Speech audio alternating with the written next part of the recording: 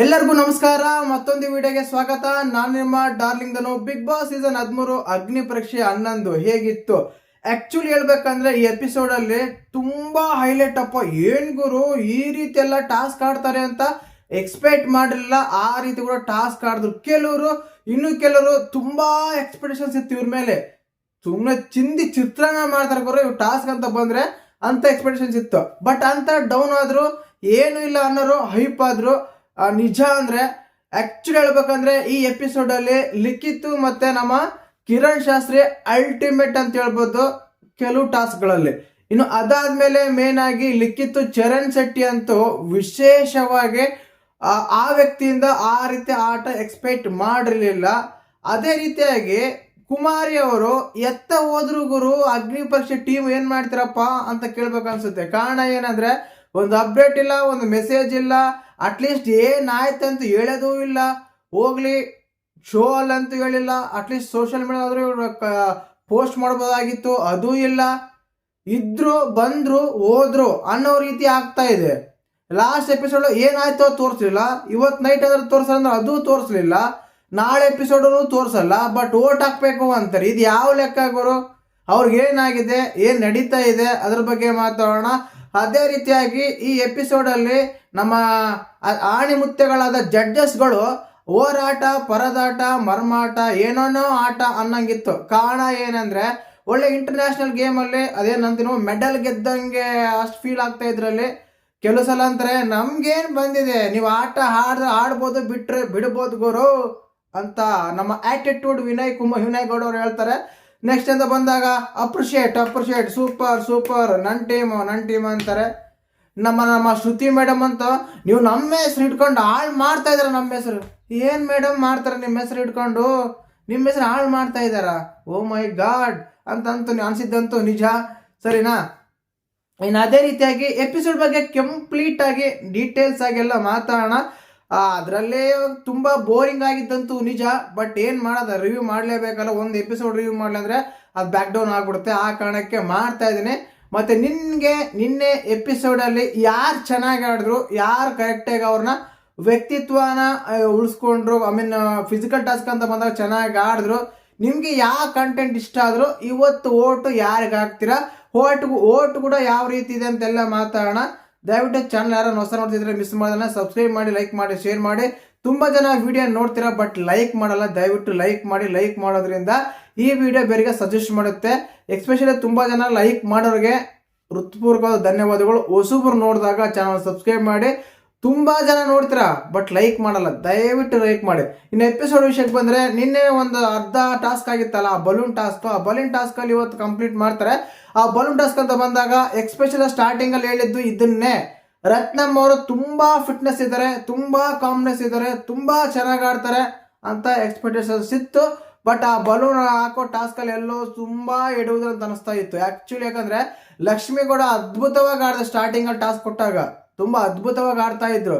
ಆ ಟೈಮಲ್ಲಿ ರತ್ನಮ್ಮ ಒಂದೇ ಒಂದು ಬಾಲ್ ಹಾಕಿದ್ರು, ಒಂದೇ ಒಂದು ಬಲೂನ್ ಹಾಕಿದ್ರು ಕೂಡ ಈಸಿಯಾಗಿ ಟೀಮ್ ವಿನ್ ಆಗೋದು.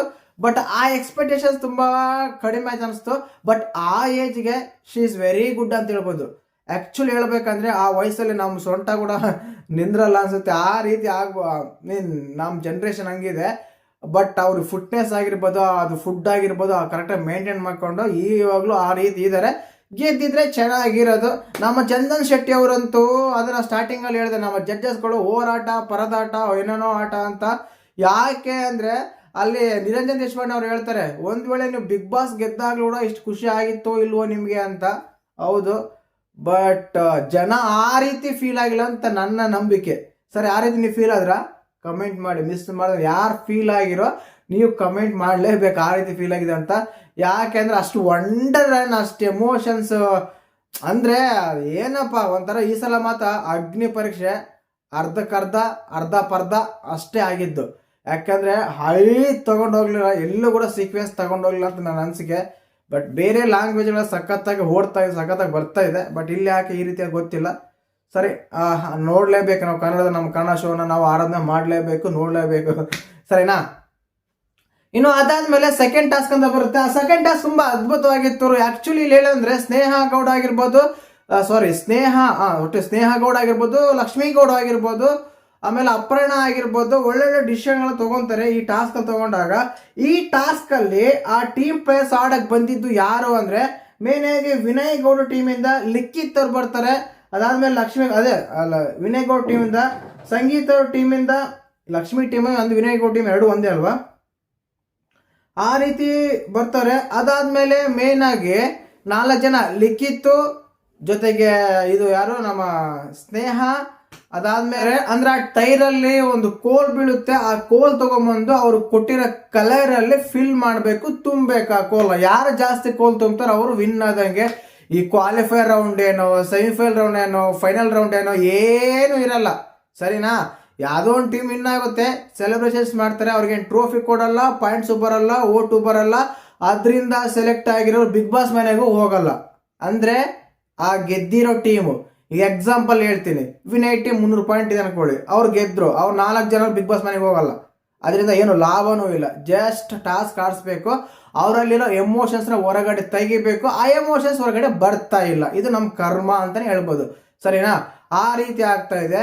ಇನ್ನು ಮೇನ್ ಆಗಿ ಈ ಟಾಸ್ಕ್ ಅಲ್ಲಿ ನಾನು ಹೇಳ್ದಲ್ಲ, 4 ಜನ ಬರ್ತಾರೆ, ಪೂರ್ಣಿಮಾ, ಸ್ನೇಹ ಗೌಡ, ಅದಾದ್ಮೇಲೆ ಮೇಲ್ ಕಂಟೆಸ್ಟೆಂಟ್ಗಳಲ್ಲಿ ಬಂದ್ಬಿಟ್ಟು ಚರಣ್ ಮತ್ತೆ ಲಿಖಿತ್. ಲಿಖಿತ್ ಅದ್ಭುತವಾಗಿ ಆಟ ಆಡಿದ್ರು, ಬೇರೆ ಮಾತೇ ಇಲ್ಲ ಗುರು. ಯಾಕಂದ್ರೆ ಲಿಖಿತ್ ಹಾರ್ಮ್ಸ್ ಸ್ಟ್ರೆಂತ್ ಇದೆ, ಫಿಟ್ನೆಸ್ ಇದಾರೆ, ಜಿಮ್ ಬಾಡಿ ಇದೆ. ಹೌದು, ಏನೇ ಆಗ್ಲಿ ಎಂತದಾಗ್ಲಿ ಒಂದು ಮಾತೇಳ ಅಂತ ವ್ಯಕ್ತಿ ನಮ್ಗೆ ಎದುರುಗಡೆ ಬಂದಾಗ ಜಸ್ಟ್ ನಾವು ಫನ್ ಕ್ರಿಯೇಟ್ ಮಾಡ್ಬೋದು ವಿನಃ ಗೆಲ್ತೀನಂತ ಗೆಲ್ಲಕ್ ಆಗಲ್ಲ. ಯಾಕಂದ್ರೆ ಸರಿ ಸಮ ಇದ್ರೇನೆ ಗೆಲ್ಲಕ್ ಸಾಧ್ಯ. ಅದನ್ನ ಬಿಟ್ಬಿಟ್ಟು ಒಬ್ರು ಈ ತರ ಇದ್ದು ಇನ್ನೊಬ್ರು ಈ ತರ ಇದ್ರೆ ಹೆಂಗ್ ಹೇಳಿ ಆಗುತ್ತೆ, ಗೆಲ್ಲಕ್ಕೆ ಸಾಧ್ಯನೇ ಇಲ್ಲ. ನಾನು ಸ್ಟಾರ್ಟಿಂಗ್ ಅಲ್ಲಿ ಟಾಸ್ಕ್ ನೋಡ್ದಲ್ಲಿ ಅನ್ಕೊಂಡೆ ಇವ್ರು ಸೋಲ್ತಾರೆ ಅವ್ರು ಗೆಲ್ತಾರೆ ಅಂತ, ಅದೇ ರೀತಿ ಆಯ್ತು. ಯಾಕಂದ್ರೆ ಈ ಬಿಗ್ ಬಾಸ್ ಮನೆ ತರ ಅಲ್ಲ, ರೂಲ್ಸ್ ಚೇಂಜ್ ಮಾಡೋಕೆ, ಸ್ಟ್ರಾಟಜಿ ಚೇಂಜ್ ಮಾಡೋಕೆ, ಬೇರೆ ಹೆಲ್ಪ್ ಬಂದ್ ಮಾಡೋಕೆ ಅವೆಲ್ಲ ಇರ್ತವೆ ಬಿಗ್ ಬಾಸ್ ಮನೇಲಿ ಆದ್ರೆ. ಬಟ್ ಇಲ್ಲ, ಅಲ್ಲಿ ಏನಿಲ್ಲ, ಸ್ಟೇಜ್ ಮೇಲೆ ಬಂದು ಕಿತ್ತಾಡಬೇಕು, ಆ ಕಿತ್ತಾಡಾಗ ಅವ್ರು ಗೆದ್ದೇ ಗೆಲ್ತಾರೆ, ಯಾರು ಸ್ಟ್ರಾಂಗ್ ಇರ್ತಾರೆ ಅವರೇ ಗೆಲ್ತಾರೆ. ಏನ್ ಮೈಂಡ್ ಗೇಮ್ ಆದ್ರೆ ಹೌದಪ್ಪ, ಮೈಂಡ್ ಗೇಮ್ ಇದು, ಏನಾದ್ರೂ ಚೇಂಜಸ್ ಮಾಡ್ಬೋದು, ಹೇಗಾದ್ರೂ ಆಡ್ಬೋದು ಅನ್ನಂಗಿಲ್ಲ, ಸರಿನಾ. ಆ ರೀತಿ ಇತ್ತು ಆ ಟಾಸ್ಕ್ ಅಂತ ತಗೊಂಡಾಗ. ಇನ್ನು ಈ ಟಾಸ್ಕ್ ಅಲ್ಲಿ ಬಂದ್ಬಿಟ್ಟು ಫೀಮೇಲ್ ಕಂಟೆಸ್ಟೆಂಟ್ಗಳು ಅಪರ್ಣ ಮತ್ತೆ ಸ್ನೇಹ ಮಾತ್ರ ಸೂಪರ್ ಆಗಾದ್ರು ಬಿಡು. ಆಕ್ಚುಲಿ ಸ್ನೇಹ ಅಂದ್ರೆ ಎಕ್ಸ್ಪೆಕ್ಟ್ ಮಾಡಿರಲಿಲ್ಲ. ನನಗನ್ಸುತ್ತೆ ಇವ್ರೆಲ್ಲರಿಗಿಂತ ಸ್ನೇಹ ಬಿಗ್ ಬಾಸ್ ಮನೆಗೆ ಹೋದ್ರೆ ಚೆನ್ನಾಗಿರುತ್ತೆ ಅಂತ. ಯಾಕಂದ್ರೆ ಆನೆಸ್ಟ್ ಇದ್ದಾರೆ, ಚೆನ್ನಾಗಿ ಮಾತಾಡ್ತಾರೆ, ಟಾಸ್ಕು ಆಡ್ತಾರೆ, ಇದ್ದಿದ್ದಂಗೆ ಹೇಳ್ತಾರೆ, ಆರ್ಗ್ಯುಮೆಂಟು ಮಾಡ್ತಾರೆ, ಅಂದ್ರೆ ಕರೆಕ್ಟ್ ಪಾಯಿಂಟ್ ಟು ಪಾಯಿಂಟ್ ಮಾತಾಡ್ತಾರೆ. ನನ್ನ ಪ್ರಕಾರ ಅಂದ್ರೆ ಈಗ ಎಲ್ಲರೂ ಮಾಡ್ತಾರೆ, ಎಲ್ಲರೂ ಗಲಾಟೆ ಮಾಡ್ತಾರೆ. ಈಗ ಮಾಡರ್ನ್ ಮಂಜ ಕವಿ ಇದ್ದಾರೆ, ಮಾತಾಡ್ತಾರೆ, ಸುಮ್ಮನೆ ಎಡವಟ್ಟಿಗೆ ಎಲ್ಲ ಹೋಯ್ತಾರೆ ಕತೆ. ಆ ರೀತಿ ಅಂತಾನೆ ಪಾಯಿಂಟ್ ಟು ಪಾಯಿಂಟ್, ಅದ್ರಲ್ಲಿ ನಿಜ ಇರುತ್ತೆ, ಅದ್ರ ಸತ್ಯ ಇರುತ್ತೆ, ನಿಯತ್ತಿರುತ್ತೆ.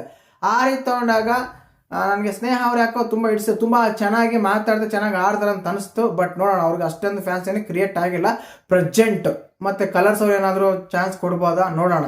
ಇನ್ನು ಈ ಟಾಸ್ಕ್ ಅಲ್ಲಿ ಲಿಖಿತ ಗೆಲ್ತಾರೆ.